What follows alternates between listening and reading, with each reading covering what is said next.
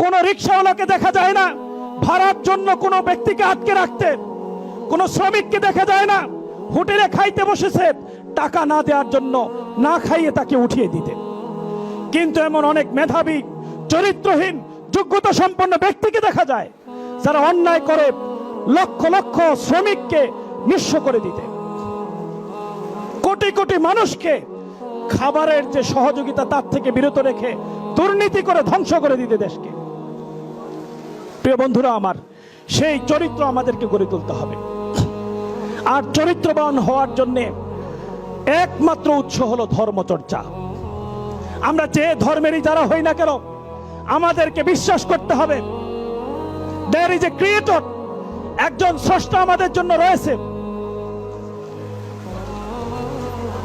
আমাকে নিজেকে প্রশ্ন করতে হবে, who have created me?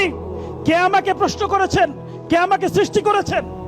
Why did he created me? তিনি আমাকে কেন সৃষ্টি করেছেন?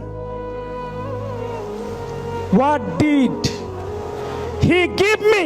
তিনি আমাকে কি দিয়েছেন? What is the guidance from him? তার কাছ থেকে আমার জন্য গাইডেন্সটা কি? আমাকে আপনাকে খুঁজে বের করতে হবে। What will happen in the hereafter life? আমি যখন দুনিয়া থেকে চলে যাব তখন কি ঘটবে? What will be asked and what will be the answer? আমাকে কি জিজ্ঞাসা করা হবে, আমার উত্তরগুলো কি হবে, এই প্রশ্ন আমাকে করতে হবে।